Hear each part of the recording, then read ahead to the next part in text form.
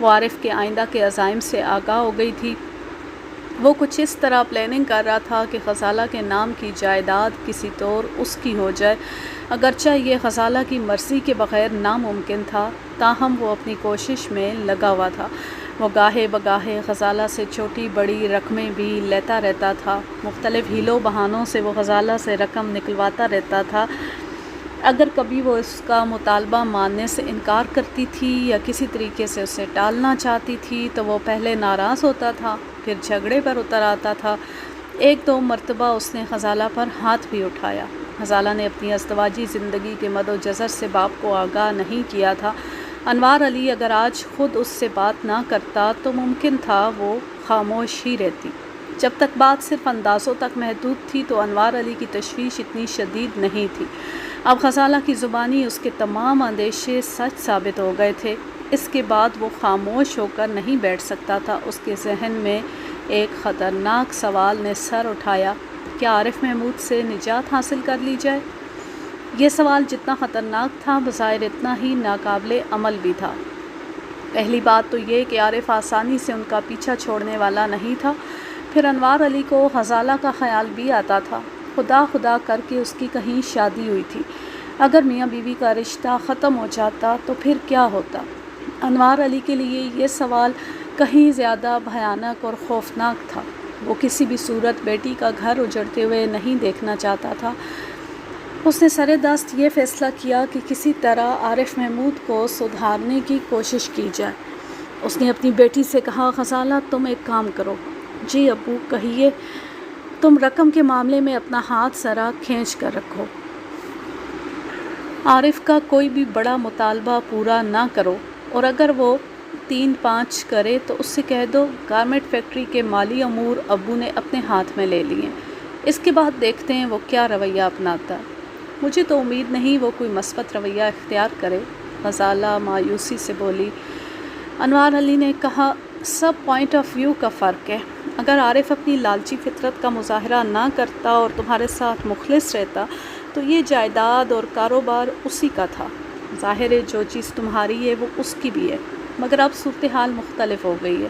وہ تمہاری دولت و جائیداد کو مختلف ہتھ کنڈوں سے حاصل کرنا چاہتا ہے، جس کا واضح مطلب یہی ہے کہ وہ تم سے مخلص نہیں ہے، اور یہی سب سے زیادہ نقصان دہ بات ہے۔ اب اس کی نیت کھل کر سامنے آ گئی ہے۔ اگر اس کے رویے میں خلوص اور نیت میں سچائی ہوتی تو وہ تمہارا دل جیتنے کی کوشش کرتا۔ اس کے برعکس وہ تمہاری دولت و جائیداد جیتنے کی کوششوں میں لگا ہوا ہے۔ گویا اس نے یہ شادی دولت کے لالچ میں کی تھی۔ ایسا ناقابل اعتبار شخص کسی بھی موقع پر دھوکہ دے سکتا ہے۔ ابو میرے ساتھ مسئلہ بھی تو ایسا ہے نا کہ یا تو کوئی کسی بڑے فائدے کے لیے مجھے اپناتا یا پھر اس میں بھی کوئی عیب ہوتا۔ بیٹی کی بات پر باپ کا دل کٹ کر رہ گیا۔ بیٹی میں نے تو ہر مرحلے پر تمہارا بھلا سوچا ہے، تمہارا مستقبل سنوارنے کی کوشش کی ہے۔ میں نہیں جانتا تھا عارف بعد میں ایسا ثابت ہوگا، حالانکہ ابتدا میں وہ اپنی گفتگو اور رویے سے انتہائی مہذب اور نستعلیق دکھائی دیتا تھا۔ ابو آپ نے بالکل ٹھیک کہا، پوائنٹ آف ویو مختلف ہونے سے بہت فرق پڑتا ہے۔ ہم از خود یہ چاہتے ہیں کہ ہمارا سب کچھ عارف کا ہو جائے، وہ بھی یہی چاہتا ہے، مگر ہمارے پوائنٹ آف ویو میں فرق ہے۔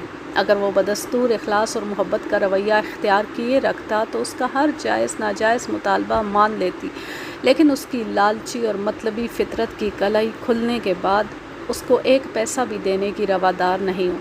ابو ایک بات کہوں اگر آپ کو برا نہ لگے؟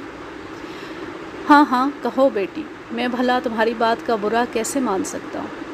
میں اپنے طور پر عارف کو راہ راست پر لانے کی پوری کوشش کرتی ہوں۔ اگر مجھے اس مقصد میں ناکامی ہوئی تو پھر یہ رشتہ ختم کرنے کے سوا کوئی چارہ باقی نہیں رہے گا۔ میں گھٹ گھٹ کر مرنا نہیں چاہتی۔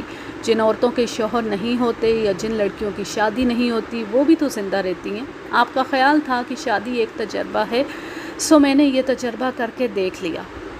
اس تجربے کے بہترین نتائج حاصل کرنے کی پوری کوشش کروں گی، لیکن پھر بھی ناکام رہا تو میں اسے قسمت کا لکھا سمجھ کر قبول کر لوں گی۔ آپ کو اس سلسلے میں فکر مند ہونے کی ضرورت نہیں ابو۔ تمہارے لیے اگر میں فکر مند نہیں ہوں گا تو پھر اور کون ہوگا غزالہ؟ میں آپ کے جذبات بخوبی سمجھ سکتی ہوں۔ تمہاری خوشی کے لیے میں اپنی جان بھی دے سکتا ہوں۔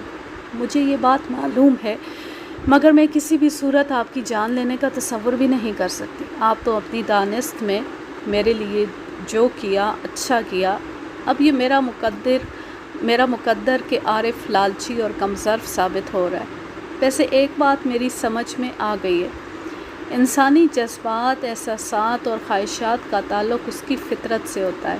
پاکیزہ فطرت افراد کی سوچ کمینہ فطرت لوگوں سے قطعی مختلف ہوتی ہے۔ دونوں کے رویوں میں زمین آسمان کا فرق ہوتا ہے۔ کسی کی فطرت کو بدلا نہیں جا سکتا، لیکن میں پھر بھی عارف میں مثبت تبدیلی لانے کی کوشش ضرور کروں گی تاکہ اپنے ضمیر کو مطمئن کر سکوں۔ حالانکہ میں بخوبی جانتی ہوں وہ کس قماش کا انسان ہے۔ کسی نے سچ کہا ہے، سچی اور حقیقی خوشی دولت سے نہیں خریدی جا سکتی، اور شاید ہم نے ایک ایسی ہی کوشش کی ہے۔ بیٹی، تم اس وقت بہت جذباتی ہو رہی ہو۔ ہم اس گفتگو کو یہی ختم کرتے ہیں، پھر کبھی اس موضوع پر بات کریں گے۔ ابو، انسان جذبات کا مجموعہ ہے۔ جس شخص کے اندر جذبات نہ ہوں وہ انسان نہیں، پتھر ہے۔ اگر میں جذباتی ہو رہی ہوں تو یہ عین انسانی فطرت کے مطابق ہے۔ آپ فکر نہ کریں، میں عارف کو ہینڈل کر لوں گی۔ اللہ کرے تمہیں تمہارے مقصد میں کامیابی ہو، اگرچہ اس کامیابی کے امکانات بہت کم ہیں ابو۔ بس تم ایک بات کا خیال رکھنا، عارف کو کوئی بڑی رقم نہ دے دینا، اور جائیداد و کاروبار کے قانونی کاغذات کو کسی محفوظ مقام پر رکھنا۔ یہ پاکستان ہے بیٹی، تم تو جانتی ہو یہاں غیر قانونی کام زیادہ آسانی سے ہو جاتا ہے۔ میں نے کسی ایک ہی جائیداد کے دو مختلف اور بالکل اصلی کاغذات بھی دیکھیں۔ ایک ہی پلاٹ یا فلیٹ کئی بار بک جاتا ہے اور بیک وقت اس کے ایک سے زیادہ دعوے دار موجود ہوتے ہیں۔ کالی بھیڑیں ہر محکمے میں موجود ہیں جن کی ملی بھگت سے ہر ناممکن اور غیر قانونی کام ممکن اور قانونی ہو جاتا ہے۔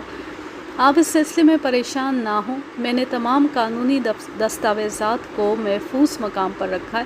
عارف محمود کو ان کی ہوا بھی نہیں لگ سکتی۔ میں اس زمن میں اسی وقت سے محتاط ہوں جب سے عارف کی نیت مجھ پر عیاں ہوئی ہے۔ چند روز بعد غزالہ نے انوار علی کو بتایا، ابو، عارف نے 1,00,000 روپے مانگے۔ 1,00,000 روپے؟ یہ تو بہت بڑی رقم ہے۔ ہاں ہے تو، یہ رقم وہ مجھ سے ادھار مانگ رہا ہے۔ ادھار؟ مگر کس لیے؟ یہ اس نے نہیں بتایا۔ اس نے کہا ہے کہ 1 ماہ بعد وہ یہ رقم مجھے لوٹا دے گا۔ مجھے نہیں لگتا کہ وہ اپنا وعدہ پورا کرے گا۔ مجھے بھی نہیں لگتا۔ آج تک اس نے جو بھی چھوٹی بڑی رقم مجھ سے لی ہے وہ واپس نہیں کی۔ اب تم اس معاملے میں کیا کرو گی؟ آپ جو کہیں گے وہی کروں گی ابو۔ میں رقم دینے کا مشورہ تو ہرگز نہیں دے سکتا۔ پھر میں کیا کروں؟ تم اسے ہیلوں بہانوں سے ٹالنے کی کوشش کرو۔ تم نے اسے یہ تو بتا دیا ہے نا کہ گارمنٹ فیکٹری کا حساب کتاب اب میرے ہاتھ میں؟ جی ابو، میں نے اسے ساری صورتحال بتا دی ہے۔ اس کا کہنا ہے کہ وہ آپ سے 1 پیسہ بھی نہیں مانگے گا، میں ہی آپ سے رقم لے کر اسے دوں۔ میں نے محسوس کیا ہے وہ آج کل آپ سے زیادہ بات چیت بھی نہیں کرتا۔ تم نے بالکل ٹھیک محسوس کیا ہے بیٹی۔ جب سے میں بنگلے کی بالائی منزل پر شفٹ ہوا ہوں اس نے مجھ سے ملنا ہی چھوڑ دیا ہے۔ جب تک زیریں منزل پر تھا تو الیک سلیک ہو جاتی تھی۔ وہ مجھ سے بھی خفا رہتا ہے۔ بس تو پھر ٹھیک ہے، تم اسے رقم فراہم کرنے سے صاف انکار کر دو۔ اس سے کہو کہ جو بھی بات کرنا ہے مجھ سے کرے۔ مالی امور اب مکمل طور پر میرے ہاتھ میں ہے۔ ٹھیک ہے ابو، میں آپ کے مشورے پر عمل کروں گی۔ دیکھتے ہیں تھیلے سے کیا برآمد ہوتا ہے۔ آئندہ رات عارف محمود نے غزالہ سے رقم کا مطالبہ کیا تو اس نے پہلے سے طے شدہ پروگرام کے مطابق اسے جواب دیا۔ وہ غزالہ کا جواب سن کر بھنا گیا اور ان میں تلخ کلامی ہونے لگی۔ جھگڑا اتنا بڑا کہ عارف نے کہہ دیا، میں سب سمجھ گیا ہوں، تمہیں مجھ پر اعتبار نہیں ہے، ورنہ 1,00,000 روپے کی حیثیت ہی کیا ہوتی ہے؟ تو مجھے رقم دینا ہی نہیں چاہتی تو پھر بات ہی ختم ہو گئی۔ میں ہی بے وقوف تھا جو تم سے بڑی بڑی امیدیں باندھ لی تھی۔ میں تو اس گھڑی کو پچھتا رہا ہوں جب میں نے غزالہ بھی اس غصے میں تھی۔ اس کے جملے کو مکمل کرتے ہوئے بولی، تم یقیناً یہی کہنا چاہتے ہو، تم اس گھڑی کو پچھتا رہے ہو جب تم مجھ سے شادی کرنے کے لیے رضامند ہوئے تھے، ہے نا یہی بات؟ تم خواہ بات کو غلط رنگ دے رہی ہو۔ پھر صحیح رنگ کیا ہے تم ہی بتا دو۔ میں تم سے بحث نہیں کرنا چاہتا، بس میں نے فیصلہ کر لیا ہے کہ اب تم سے 1 پائی نہیں لوں گا۔ تم نے مجھے باور کروا دیا ہے کہ جو کچھ تمہارا ہے اس پر میرا کوئی حق نہیں۔ آئندہ ہمارے درمیان رقم کے لین دین کے حوالے سے کوئی بات نہیں ہوگی۔ یہ تو بہت ہی اچھی بات ہے۔ یہ تو اچھی بات ہے، مگر آج تم نے بہت گھٹیا بات کی ہے غزالہ۔ مجھے معلوم نہیں تھا تم میرے بارے میں اس انداز سے سوچتی ہو۔ اگر تمہارا دل مجھ سے بھر گیا ہے یا میں تمہیں اتنا ہی برا لگتا ہوں تو صاف صاف بتا دو، میں خاموشی سے کہیں چلا جاؤں گا اور دوبارہ کبھی تمہیں اپنا چہرہ نہیں دکھاؤں گا۔ تم مجھے فریبی، دھوکے باز اور لالچی سمجھتی ہو، اس لیے اپنی بہت سی باتیں مجھ سے چھپا کر رکھتی ہو۔ اگر تمہاری خوشی یہی ہے تو میں تمہاری جاں بخشی کرنے کو تیار ہوں۔ غزالہ تذبذب کا شکار ہو گئی۔ عارف نے اچانک ایک عجیب پینترا بدلا تھا۔ اس کی سمجھ میں نہیں آ رہا تھا کیا کہے اور کیا نہ کہے۔ بالآخر اس نے پوچھ لیا، میں تمہیں کیا سمجھتی ہوں اور تم مجھے کیا سمجھتے ہو، اس بات کو فی الحال رہنے دو۔ بس اتنا بتا دو کہ میں تم سے کون سی باتیں چھپا کر رکھتی ہوں۔ تم نے ابھی کچھ اسی قسم کی بات کی ہے نا؟ یہ موضوع خاصا طویل اور تکلیف دہ ہے۔ اب ایسی باتوں کے ذکر سے کیا فائدہ؟ تم مجھ پر مکمل بے اعتمادی کا اظہار کر چکی ہو۔ پھر بھی پتہ تو چلے۔ اگر تم ضد کر رہی ہو تو میں صرف ایک بات کا ذکر کروں گا، تمہارے لیے ایک مثال ہی کافی ہوگی۔ تم نے بنگلے اور گارمنٹ فیکٹری کے ڈاکیومنٹس مجھ سے چھپا کر کہیں رکھے ہوئے ہیں۔ اگر تمہیں مجھ پر اعتبار ہوتا تو وہ تم مجھے ضرور دکھاتی۔ ڈاکیومنٹس کا ذکر کرتے ہوئے عارف کے چہرے پر ایک خاص قسم کی چمک نمودار ہوئی تھی۔ غزالہ نے واضح طور پر محسوس کیا کہ اس وقت وہ بڑی حریصانہ نظر سے اسے دیکھ رہا تھا۔ ان کے درمیان پہلے ہی بہت تلخی پیدا ہو چکی تھی۔ غزالہ نے بات کو مزید بڑھانے کے بجائے خاموشی اختیار کرنے کا فیصلہ کیا۔ جب کافی دیر اس نے کوئی بات نہیں کی تو عارف نے کہا، غزالہ، اگرچہ تم نے مجھے ڈاکیومنٹس کے بارے میں کچھ نہیں بتایا، مگر ان کے بارے میں معلوم کرنا میرے لیے چندہ مشکل نہیں۔ وہ تو مجھے ان سے کوئی دلچسپی نہیں ہے، ورنہ میں چٹکی بجاتے ہی ان تک رسائی حاصل کر سکتا ہوں۔ عارف کی بات سن کر غزالہ کے کان کھڑے ہو گئے۔ وہ مصلحت آمیز لہجے میں بولی، تم خواہ مخواہ بدگمانی کا شکار ہو رہے ہو۔ میں نے کسی خاص وجہ سے تم سے ڈاکیومنٹس نہیں چھپا رکھے۔ اگر تم یقین نہیں کر رہے تو میں چند روز میں تمہیں وہ کاغذات دکھا دوں گی، شاید پھر تمہیں مجھ پر اعتبار آ جائے۔ ان کے درمیان اسی قسم کی باتیں ہوتی رہیں۔ بعد میں غزالہ نے انوار علی کو صورتحال سے آگاہ کیا۔ انوار علی نے بیٹی کو ہدایت کی کہ وہ عارف کو ڈاکیومنٹس کی ہوا بھی نہ لگنے دے اور اس پر خاص نظر رکھے۔ ابو، وہ ڈاکیومنٹس میں نے اسی بنگلے میں ایک محفوظ مقام پر رکھ چھوڑے ہیں، مگر عارف کبھی ان تک نہیں پہنچ سکتا۔ اسی لیے تو میں کہہ رہا ہوں کہ اس پر کڑی نگاہ رکھو۔ انشاءاللہ میں جلد از جلد اس مسئلے کا کوئی حل نکالتا ہوں۔ والد کی ہدایت کے مطابق غزالہ اپنے شوہر کی کڑی نگرانی کرتی رہی اور انوار علی اپنے وعدے کے مطابق اس مسئلے کا حل سوچنے میں مصروف تھا کہ وہ اندھوناک واقعہ پیش آ گیا۔ پولیس کے مطابق وہ ڈکیتی کی ایک واردات تھی جس میں ڈاکو زیورات اور نقدی لوٹنے کے ساتھ مزاحمت پر غزالہ کو بھی موت کے گھاٹ اتار گئے تھے۔ وقوعہ دسمبر کے مہینے میں پیش آیا تھا، جب موسم میں اچھی خاصی خنکی آ چکی تھی۔ اب اس واقعے کو کم و بیش 6 ماہ گزر چکے تھے۔ انوار علی کی داستان ختم ہوئی تو میں نے پوچھا، انوار صاحب، آپ کی بیٹی کی موت کو 6 ماہ کا عرصہ گزر چکا ہے۔ آپ کے مطابق غزالہ کی موت کا ذمہ دار آپ کا داماد عارف محمود ہے۔ اس کے باوجود بھی آپ اس کے ساتھ رہ رہے ہیں، حالانکہ آپ نے بتایا ہے کہ آپ کو اس کی طرف سے بہت خطرہ بھی ہے۔ میں کہاں اس کے ساتھ رہ رہا ہوں، وہ کم بخت میرے ساتھ رہ رہا ہے۔ عارف کی موت کے بعد بنگلہ اور گارمنٹ فیکٹری اس کے پاس جاتی ہوئی نظر آ رہی ہے۔ میں ایک معذور شخص ہوں اور پھر دل کا مریض بھی ہوں۔ آپ ہی بتائیں میں اس سلسلے میں کیا کر سکتا ہوں؟ کیا بنگلے اور گارمنٹ فیکٹری کے ڈاکیومنٹس عارف کے ہتھے چڑھ گئے؟ مجھے تو یہی لگتا ہے۔ میں محسوس کر رہا ہوں کہ آج کل وہ کسی جوڑ توڑ میں لگا ہوا ہے۔ ممکن ہے ڈاکیومنٹس کی تبدیلی کے مراحل سے گزر رہا ہو۔ آپ نے یہ تمام باتیں پولیس والوں کو بتائی تھی؟ سب کچھ بتایا تھا جناب، وہ اکتائے ہوئے لہجے میں بولا، مگر ان کا کہنا یہی ہے کہ غزالہ ڈکیتی کی واردات میں جان سے گئی ہے اور یہ کہ عارف محمود ایک شریف آدمی ہے۔ میں خواہ مخواہ اس پر شک کا اظہار کر رہا ہوں، وہ مجھے قطعاً کوئی نقصان نہیں پہنچانا چاہتا۔ پولیس والوں نے وعدہ کیا ہے کہ وہ بہت جلد ڈاکوؤں کو ڈھونڈ نکالیں گے اور پولیس کی تلاش گزشتہ 6 ماہ سے جاری ہے۔ جی ہاں، ان کے مطابق وہ سرتوڑ کوشش کر رہے ہیں۔ بیگ صاحب، پولیس والے کچھ زیادہ ہی عارف کی طرفداری کرتے ہیں۔ مجھے تو شک ہے اس نے ان کی مٹھی ضرور گرم کی ہوگی۔ ہاں، ایسا ہو سکتا ہے۔ اس کے علاوہ یہ بات بھی ہو سکتی ہے کہ عارف کا تعلق پریس سے ہے۔ پولیس والے صرف پریس والوں اور وکیلوں سے سیدھے منہ بات کرتے ہیں، شاید اس لیے بھی وہ اس کی حمایت کر رہے ہیں۔ میری تو کچھ سمجھ میں نہیں آ رہا۔ واقعی آپ بہت بڑے بحران سے گزرے، اپنی بیٹی کے مبینہ قاتل کے ساتھ رہتے ہوئے آپ اپنے وجود میں صبح شام قتل ہوتے ہوں گے۔ آپ بالکل ٹھیک کہہ رہے ہیں، اسی لیے تو میں آپ کے پاس آیا ہوں۔ اب آپ ہی میرے اس مسئلے کو حل کریں گے۔ مسئلہ مجھ تک پہنچ گیا ہے تو میں اسے حل کرنے کی بھی اپنی سی کوشش کروں گا، لیکن اس سلسلے میں آپ کو بہت صبر اور برداشت سے کام لینا ہوگا۔ میں آپ کی ہدایت پر عمل کروں گا بیگ صاحب۔ بظاہر عارف کا رویہ آپ کے ساتھ کیسا ہے؟ وہ آج کل بہت اچھے رویے کا مظاہرہ کر رہا ہے، مگر مجھے لگتا ہے اس کے اچھے برتاؤ کے پیچھے کوئی سازش پنپ رہی ہے۔ اگر وہ آپ کے ساتھ اچھا سلوک کر رہا ہے تو پھر اس سے نمٹنے کے لیے زیادہ محتاط رہنے کی ضرورت ہے۔ میں نے ساری صورتحال آپ کو بتا دی ہے، اب جو کچھ بھی کرنا ہے بیگ صاحب آپ ہی کو کرنا ہے۔ وقوعے کی رات آپ کہاں تھے؟ میں بنگلے پر ہی تھا، میرا مطلب ہے بنگلے کی بالائی منزل پر تھا۔ حالانکہ میرے جیسے اپاہج شخص کو نچلی منزل پر رہنا چاہیے، مگر یہ عارف ہی کی تجویز تھی کہ میرے لیے بالائی منزل زیادہ موزوں رہے گی۔ اس کا موقف تھا کہ اوپر والی منزل سے میں ارد گرد کا نظارہ دیکھ سکوں گا، جس سے میرا دل لگا رہے گا۔ میں اسی کی ایما پر بالائی منزل پر شفٹ ہوا تھا۔ وقوعے کی رات بھی میں اوپری منزل پر ہی تھا۔ آپ بنگلے کی بالائی منزل پر موجود تھے، زیریں منزل پر ڈکیتی ہوئی اور ڈاکو جاتے ہوئے آپ کی بیٹی کو بھی موت کے گھاٹ اتار گئے۔ کیا آپ کو اس واقعے کی ذرا بھی خبر نہ ہوئی؟ آپ کہیں گے کہ میں کیسی عجیب بات کر رہا ہوں، مگر حقیقت یہی ہے کہ میں اس رات بے خبر سوتا رہا۔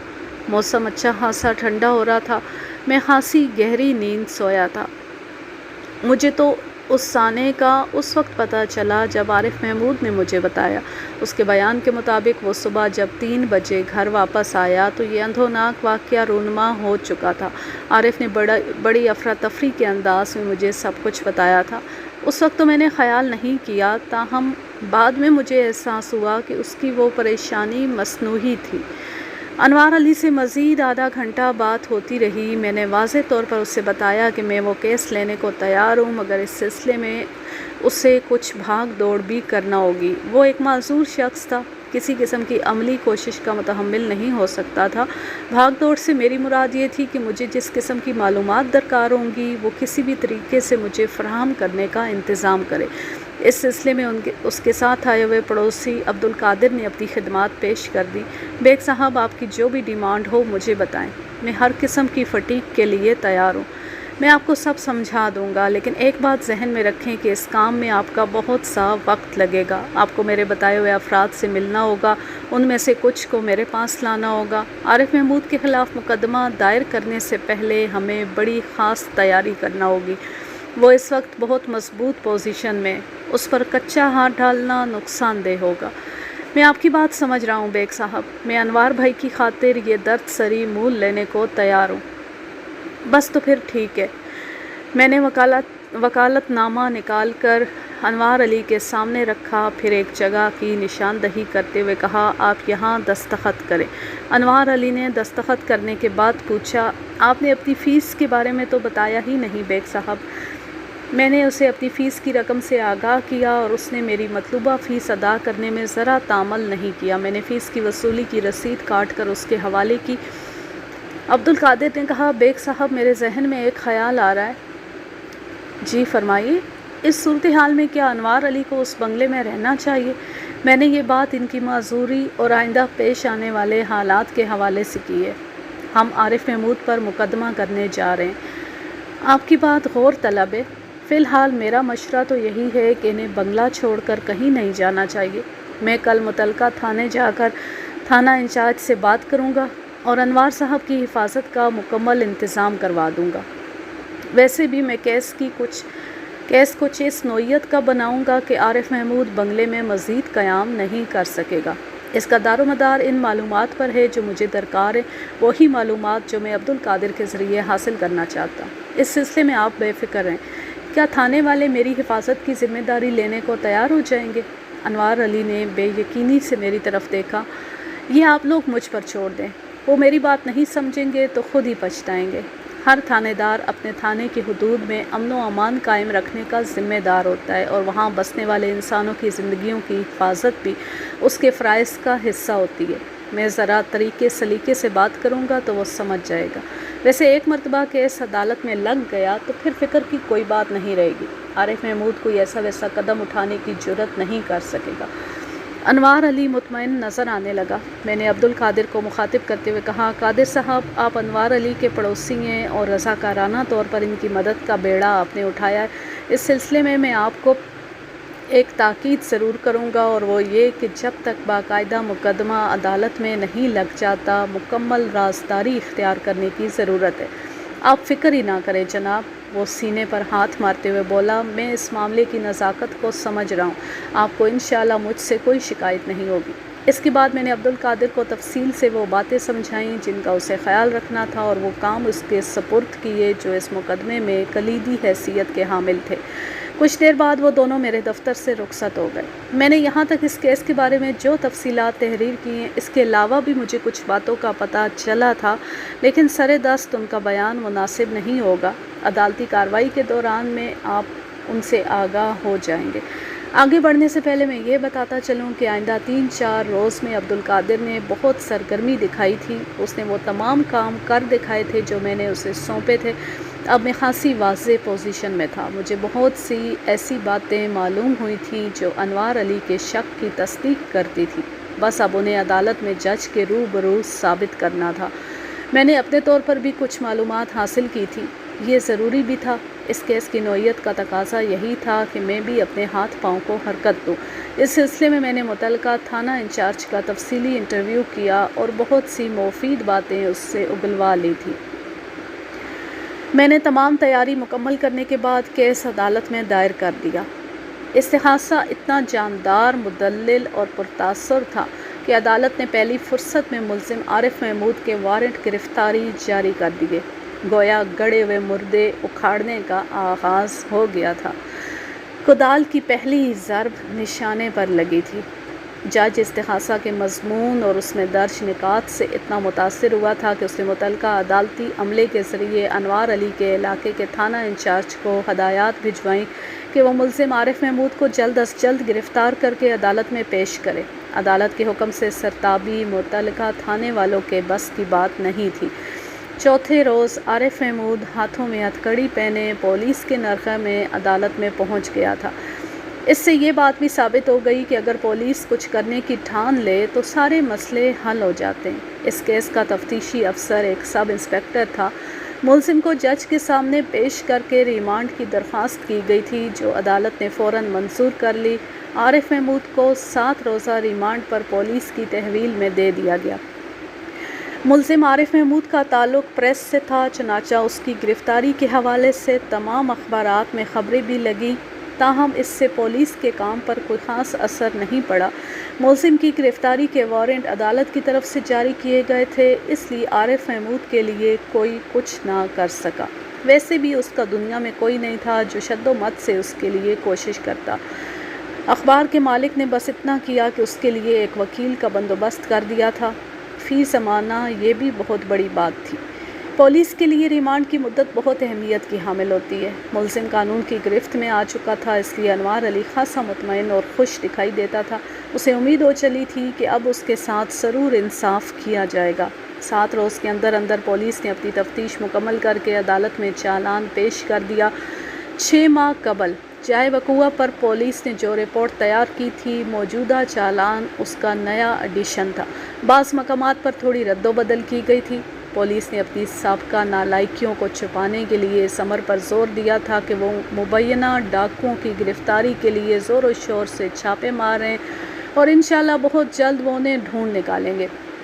پولیس کے موقف کے مطابق غزالہ کا قتل ڈاکوؤں کی انتقامی کارروائی کا نتیجہ تھا، کیونکہ اس نے ان کی راہ میں مزاحمت کرنے کی کوشش کی تھی۔ چالان میں اس بات کا بھی ذکر تھا کہ ملزم عارف محمود نے اپنے جرم کا اعتراف نہیں کیا تھا۔ چالان کی رپورٹ سے یہ تاثر ابھرتا تھا کہ انہیں عارف کے مجرم ہونے کا زیادہ یقین نہیں تھا۔ اب تمام تر ذمہ داری میرے کندھوں پر آن پڑی تھی کہ میں عدالت کے روبرو عارف محمود کو مجرم ثابت کروں۔ اور میں اس نیک کام کی بڑی بھرپور تیاری کیے بیٹھا تھا۔ عدالت کی ابتدائی کارروائی مکمل ہوئی تو جج نے فرد جرم پڑھ کر سنائی۔ ملزم عارف محمود نے بڑے تحمل سے جج کا کلام سنا اور نہایت ہی مضبوط انداز میں صحت جرم سے انکار کر دیا۔ جج نے باقاعدہ سماعت کے لیے 10 دن بعد کی تاریخ دے کر عدالت برخاست کر دی۔ آئندہ پیشی پر ملزم کے وکیل نے اس کی ضمانت کروانے کی بھرپور کوشش کی مگر اس کی پیش نہ چلی۔ میرے تیار کردہ استغاثہ کے سامنے اس کی کوشش ریت کی دیوار سے زیادہ ثابت نہ ہو سکی۔ میں نے ملزم کی ضمانت رکوانے کے لیے اتنے مضبوط دلائل دیے تھے کہ وکیل صفائی بغلیں جھانکنے لگا۔ اگلی پیشی پر ملزم نے عدالت کے روبرو جو بیان ریکارڈ کروایا اس کا خلاصہ کچھ یوں تھا۔ ملزم کے بیان کے مطابق وقوع کی رات وہ حسب معمول اپنی ڈیوٹی پر گیا تھا۔ وہ روزانہ شام کو 7 بجے دفتر جاتا تھا اور صبح 2 بجے اس کی چھٹی ہوتی تھی۔ وقوع کے روز جب وہ اپنے گھر سے نکلا تو سب کچھ ٹھیک ٹھاک تھا۔ اس کا سسر بالائی منزل پر موجود تھا جبکہ اس کی بیوی غزالہ زیریں منزل پر تھی۔ غزالہ نے ہمیشہ کی طرح اسے رخصت کیا۔ اس نے معمول کے مطابق اپنی ڈیوٹی نبھائی اور جب واپس گھر آیا تو سب کچھ ختم ہو چکا تھا۔ غزالہ بیڈ روم میں موجود تھی مگر مردہ حالت میں۔ وہ بیڈ روم کے فرش پر چت پڑی تھی۔ اس کی حالت دیکھ کر پہلی نظر میں اندازہ ہو جاتا تھا کہ گلا گھونٹ کر اسے موت کے گھاٹ اتارا گیا تھا۔ گھر کی حالت سے اندازہ ہوتا تھا کہ وہاں خاصی افراتفری مچائی گئی تھی۔ بیڈ روم کی الماریاں کھلی پڑی تھیں اور میزوں کی درازیں الٹ دی گئی تھیں۔ وہ سیدھی سیدھی ڈکیتی کی واردات نظر آتی تھی۔ ملزم صورتحال معلوم کرنے جب بالائی منزل پر پہنچا تو اس کا سسر گہری نیند سو رہا تھا۔ ملزم نے اپنے سسر کو جگایا اور زیریں منزل پر برپا ہونے والی قیامت کے بارے میں اسے آگاہ کیا۔ انوار علی نے اپنی لا علمی کا اظہار کیا۔ اس کے بعد ہی ملزم نے پولیس کو فون کر کے اس واقعے کی اطلاع دی تھی۔ پولیس کی کارکردگی کو اوپر بیان کیا جا چکا ہے۔ انہوں نے جائے واردات کا نقشہ تیار کرنے کے بعد اعلان کر دیا کہ وہ سب کچھ نامعلوم ڈاکوؤں کی کارروائی کا نتیجہ تھا۔ پھر ملزم کی مدد اور تعاون سے انہوں نے یہ بھی معلوم کر لیا کہ ڈاکو جاتے ہوئے اپنے ساتھ 55,000 کی نقدی، لگ بھگ 1 لاکھ روپے کے طلائی زیورات اور 30,000 کے پرائز بانڈ بھی لے گئے تھے۔ غزالہ کی موت کا سبب پولیس نے یہ بیان کیا کہ اس کو مزاحمت کے نتیجے میں جان سے ہاتھ دھونا پڑے تھے۔ پولیس نے ڈاکوؤں کی تلاش کا وعدہ کر کے کیس کو ٹھنڈا ٹھار کر دیا تھا۔ ملزم کا بیان ختم ہوا تو وکیل صفائی رسمی سیجرا کے لیے آگے بڑھا۔ وہ ایکیوزڈ باکس کے نزدیک آ کر عارف محمود کو دیکھتے ہوئے بولا، عارف صاحب، کیا آپ بتا سکتے ہیں کہ آپ کے بنگلے پر ڈکیتی کی واردات کس تاریخ کو ہوئی تھی؟ کیوں نہیں وکیل صاحب، مجھے اچھی طرح یاد ہے، وہ 8 اور 9 دسمبر کی درمیانی شب تھی۔ یعنی آپ کا مطلب ہے پچھلے سال کے دسمبر میں وہ اندوہناک واقعہ پیش آیا تھا جس میں مالی زیاں کے ساتھ ساتھ آپ کی عزیز جان بیوی کی جان بھی چلی گئی تھی۔ بجا فرمایا آپ نے، وہ گزشتہ سال کے دسمبر ہی کی ایک خونی رات تھی جب میں انتہائی محبت کرنے والی بیوی سے محروم ہو گیا تھا۔ مال و دولت کی میری نظر میں کوئی اہمیت نہیں، یہ تو آنی جانی چیزیں۔ مجھے کلک تو اس بات کا ہے کہ غزالہ کو میں کسی بھی صورت واپس نہیں لا سکتا۔ کاش میری زندگی میں وہ منحوس رات نہ آئی ہوتی۔ وہ بڑی شاندار ایکٹنگ کر رہا تھا۔ اپنے بیان سے یہ ظاہر کرنے کی کوشش کر رہا تھا کہ اسے اپنی مرحومہ بیوی سے بہت محبت تھی۔ عارف صاحب، گزشتہ سال دسمبر کی 8 اور 9 تاریخ کی وسطی شب آپ کہاں تھے؟ ظاہر ہے میں اس وقت اپنی ڈیوٹی انجام دے رہا تھا۔ کون سی ڈیوٹی؟ میں ایک معروف اخبار میں سب ایڈیٹر ہوں۔ آپ کی ڈیوٹی کے اوقات کیا ہیں؟ شام 7 بجے سے صبح 2 بجے تک۔ کیا ان اوقات میں تبدیلی بھی آتی رہتی ہے؟ عام طور پر نہیں، مگر کبھی کبھار کسی خاص وجہ سے ایسا ہو سکتا ہے۔ عارف صاحب، وقوع کی شب یعنی گزشتہ سال 8 اور 9 دسمبر کی درمیانی شب بھی آپ کی ڈیوٹی کے اوقات یہی تھے جو تھوڑی دیر پہلے آپ نے بیان کیے ہیں؟ جی ہاں۔ اس روز آپ کتنے بجے ڈیوٹی پر نکلے تھے؟ میں مذکورہ روز لگ بھگ 6:30 بجے گھر سے نکلا تھا اور کم و بیش 7 بجے ڈیوٹی پر پہنچ گیا تھا۔ اس روز آپ نے کتنے بجے آف کیا تھا؟ حسب معمول 2 بجے۔ اور گھر کب پہنچے تھے؟ 3 بجے۔ وقوع کے روز ڈیوٹی کے دوران میں تمام عرصہ آپ اپنے دفتر ہی میں رہے تھے یا کچھ وقت کے لیے آپ کہیں غائب بھی تھے؟ میں اس تمام عرصے کے دوران میں اپنے کام میں مصروف رہا تھا، البتہ ایک مرتبہ تھوڑی دیر کے لیے چائے پینے دفتر سے باہر گیا تھا۔ عارف صاحب،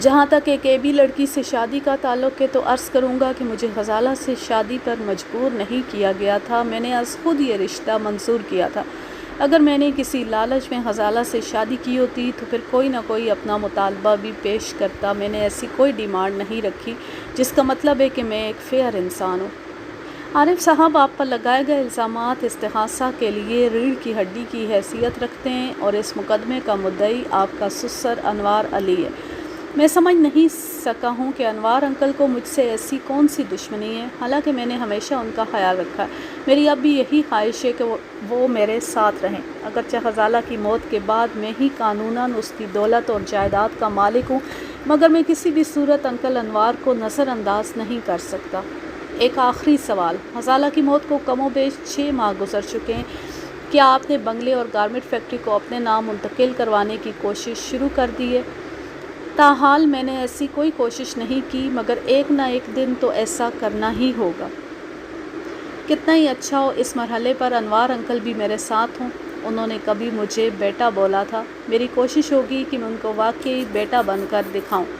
وکیل صفائی جج کی جانب مڑا اور گردن کو خفیف سا خم دیتے ہوئے بولا، جناب عالی، مجھے اور کچھ نہیں پوچھنا۔ وکیل صفائی نے اپنی جرح کے دوران میں دانستہ ایسے سوال کیے تھے جن سے ثابت ہو کہ ملزم انتہائی محبت کرنے والا شوہر اور فرما بردار ہے۔ وہ ایک صلح جو اور امن پسند انسان ہے، گویا اسے معصوم اور بے ضرر ثابت کرنے کی کوشش کی گئی تھی۔ خاص طور پر غزالہ کے حوالے سے اس کے کردار کو بہت مختلف انداز میں پیش کیا گیا تھا۔ اپنی باری پر میں جرح کے لیے ملزموں والے کٹہرے کے پاس آیا اور بغور ملزم کا جائزہ لینے لگا۔ عارف محمود کی عمر لگ بھگ 30 سال رہی ہوگی۔ اس نے گھنی مونچھیں رکھی ہوئی تھیں اور وہ ایک صحت مند شخص نظر آتا تھا۔ اس کے چہرے کے خال و خط اور اتار چڑھاؤ سے اندازہ ہوتا تھا کہ اسے جذباتی اداکاری میں ملکہ حاصل ہوگا۔ اس صلاحیت کا مظاہرہ وہ تھوڑی دیر قبل وکیل صفائی کے سوالوں کے جواب میں کر چکا تھا۔ اب میں نے اسے اپنی جرح کی چکی میں پیسنا تھا۔ آج کے لیے بس اتنا ہی۔ اب میں لیتی ہوں آپ سے اجازت۔ جہاں رہیں خوش رہیں، شاد و آباد رہیں، ہنستے مسکراتے رہیں اور اس کہانی کے تیسرے اور آخری حصے کا انتظار کیجیے۔ اللہ حافظ، اللہ نگہبان۔